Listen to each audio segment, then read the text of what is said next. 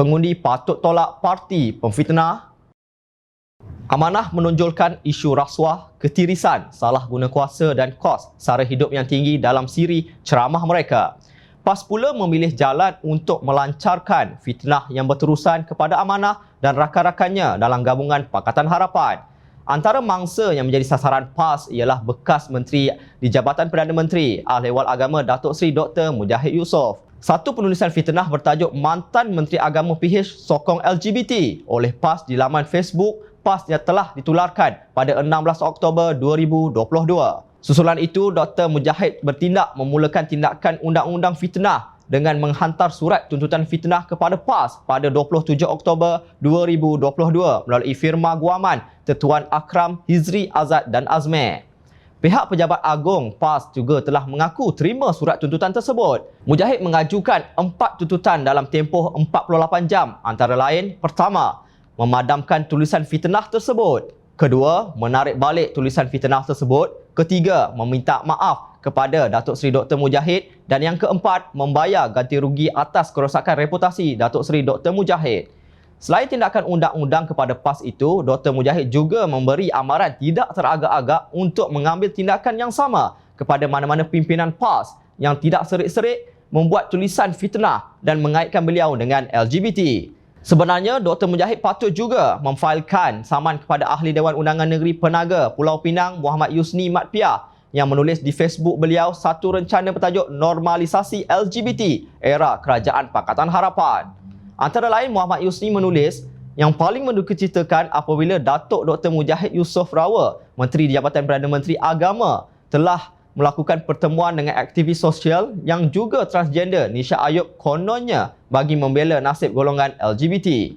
Individu yang diharapkan untuk menjaga al-ehwal agama tanpa segan silu mengiktiraf LGBT. Kerja gila. Beliau memetik kenyataan Mujahid yang disiarkan oleh Berita Harian pada 10 Ogos 2018 sebagai bukti.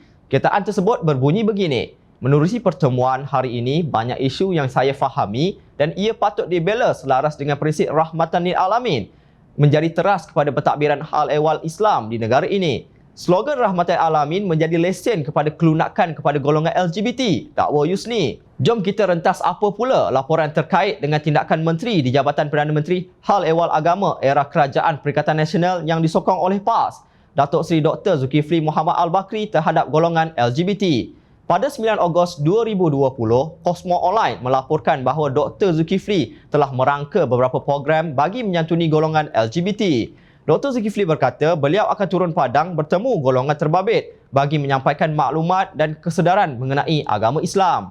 Kita sudah susun beberapa program dan saya sendiri akan adakan perbincangan dengan mereka, menurut laporan. Mengapakah ketika itu Yusni tidak bangkit menyelar Dr. Zulkifli yang ingin menyantuni golongan LGBT?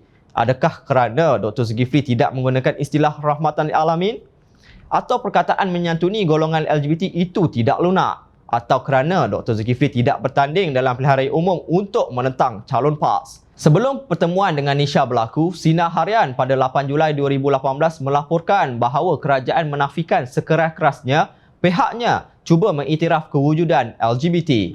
Perbuatan LGBT yang bercanggah dengan agama Islam, kita tidak akan dapat terima dan tidak mungkin negara kita akan terima perkara tersebut. Tetapi sebagai rakyat Malaysia, dari sudut hak asasi manusia, hak mereka tidak disakiti dan mendapat keadilan sudah tentu akan dijamin berdasarkan Artikel 8 Perlembagaan Malaysia, iaitu setiap warga negara wajib mendapat keadilan tanpa menerima sebarang diskriminasi, kata Dr. Mujahid.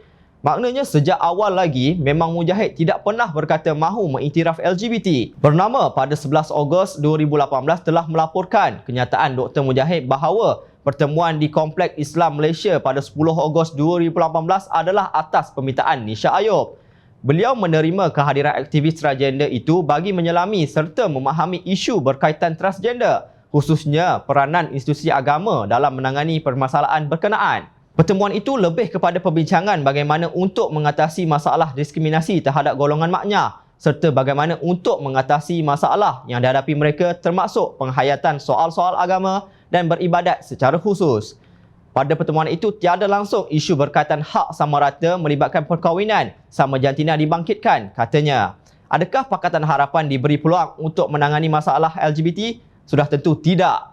Pakatan Harapan dijatuhkan menerusi langkah Sheraton yang Presiden PAS mengaku dengan bangga bahawa beliau adalah perancang utamanya. Pemfitnah tidak wajar dipilih dalam mana-mana pilihan raya untuk menjadi wakil rakyat bagi merancang masa depan kita dan anak cucu kita.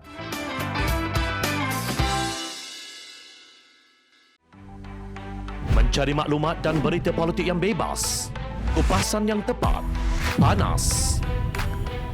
Dapatkannya secara eksklusif hanya di Jom Channel.